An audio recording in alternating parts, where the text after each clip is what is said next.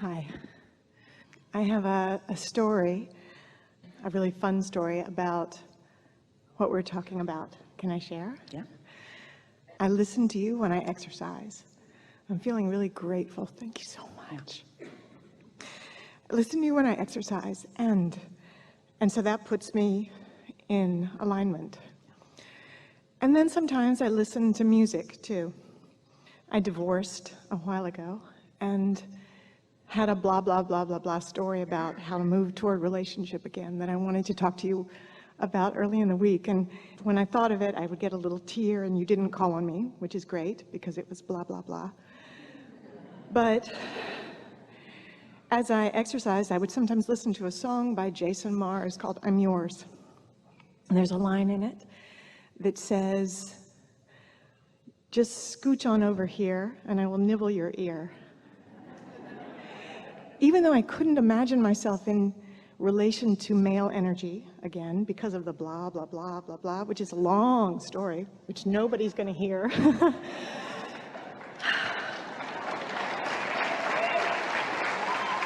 And I really thought I needed to tell it, to shift it. I came looking to shift this. I thought I needed to tell that, and I don't. Well, you sort of kind of are a little bit, so okay, cut it out. Sorry. Thanks. Okay, so back to the ear nibbling. So I would feel this line in the song, and I would sometimes go back on YouTube and play it again and feel, I could feel, just nibble my ear, right?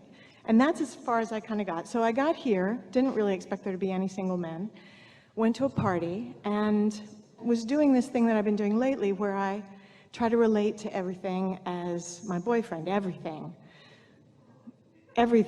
because I feel like whatever I'm looking for in that one focused place, I can get from everywhere else, whether it's the blue light on the curtain or you or the wind on my face, all that tenderness and focus and mirroring.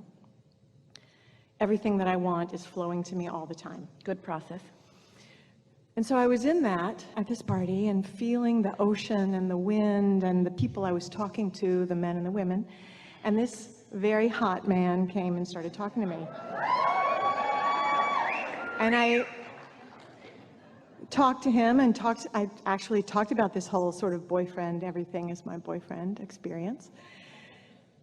And then, you know, he was so hot and younger than me, and so we were at a party, and so I kind of moved away from him, you know, because I didn't think it was for me. And he followed me and stood beside me after I'd gone to the ocean to be with the ocean, my boyfriend, you know. So this really beautiful man showed up again beside me, and I was like, wow, what? And he said to me, we were interacting, and it was puzzling to me because I wasn't looking for it, right? I wasn't there looking. I didn't think there were any single men here. So he turned to me and he said, I have kind of an earlobe obsession.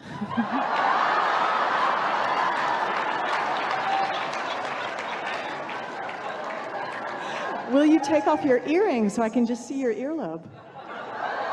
And then I got it, that he was actually flirting with me, and I said, okay, and I took off my earring, and he... And you doubt the ability of the universe to bring you precisely... You see how she's doing what we were trying to solicit from you earlier? How she had something so specifically focused, and I had felt and the it. universe was able to deliver to her the specifics of it. And can you feel the empowerment that it gives her? Nothing that is outside my ability to have precisely as I want it to be. Ever again. Are you getting it? Really good. Really good. Really good. Enough? Yeah. Really good. Really good. Really good.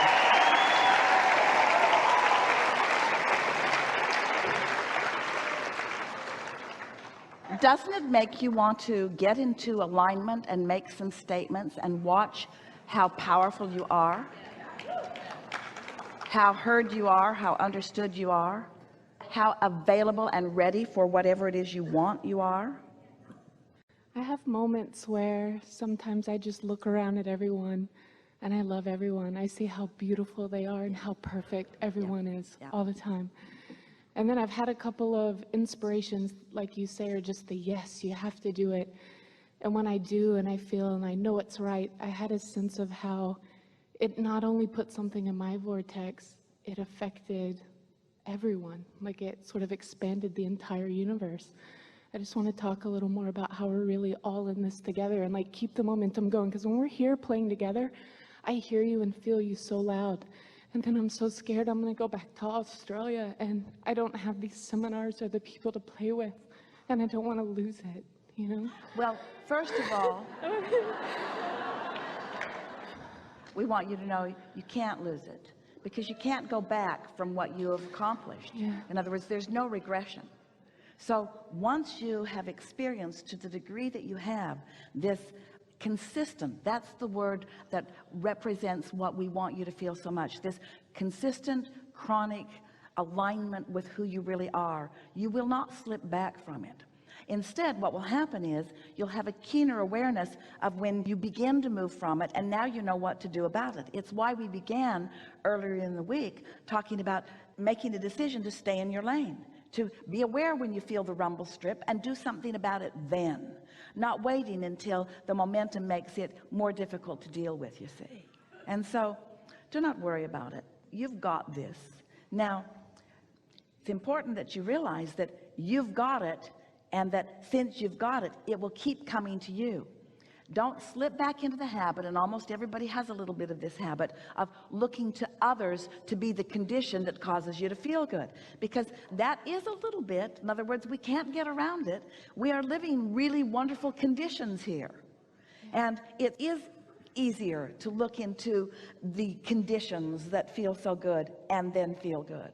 But this has not been a time without contrast. There has been a value in staying in your own lane, even under these wonderful conditions. And so don't worry about it.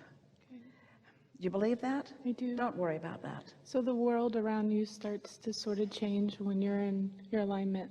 The world around you reflects what you've got going on all the time. And there's a sincerity in you that is powerful. Your desire is very, very strong. Your desire is very, very strong, and you are in alignment with it in a strong way, which means one of the first things when we meet anyone that we want them to do, we want them to have some time of releasing resistance. And usually when you visit with someone, you can't offer them a whole week that is conducive to the releasing of resistance. So we offer suggestions like make lists of positive aspects, or we make suggestions like meditate, because when you stop thought, you stop resistant thought, and when you stop resistant thought, your cork floats. But there is nothing like an immersion into an environment like this to solidify your understanding of what it feels like to feel good. Do you believe that these people are responsible for the good feeling that you have? No.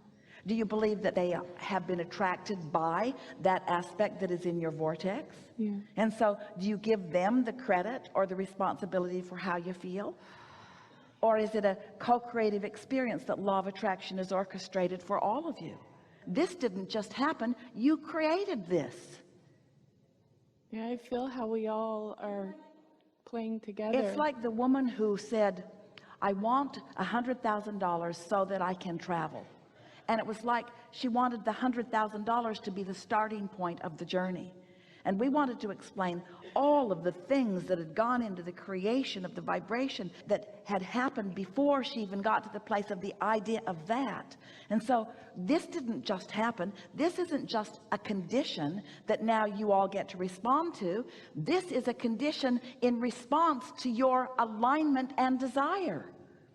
This isn't an environment that you're responding to. This is an environment that you have created, and you are as big a part of the creation of this environment as Esther is, or anyone else is. You see, we are all in this together.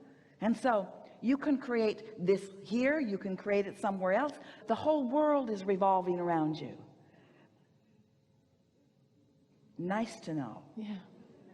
So you don't feel uncomfortable about returning, do you? No. Don't you know that whatever you want will come to you? And do you believe that now you'll have a keener recognition of it? I do. Don't you think your timing will be better? Yes. Don't you think you'll do a better job of staying in your lane? Yes. And therefore, don't you think the momentum of your attraction will be stronger? Yes. And don't you think then the causation of you being in your lane and offering a vibration that is more consistent, do you believe that it will bring obvious results? I do. And do you think you'll miss those? Do you think that you'll get out there and just be lost? Or do you think you'll get out there and know exactly what you're doing? Oh, no. You're going to know exactly what you're doing. And when you feel some negative emotion, does that mean that anything's gone wrong? No. It just means that your guidance system is working better than it ever has.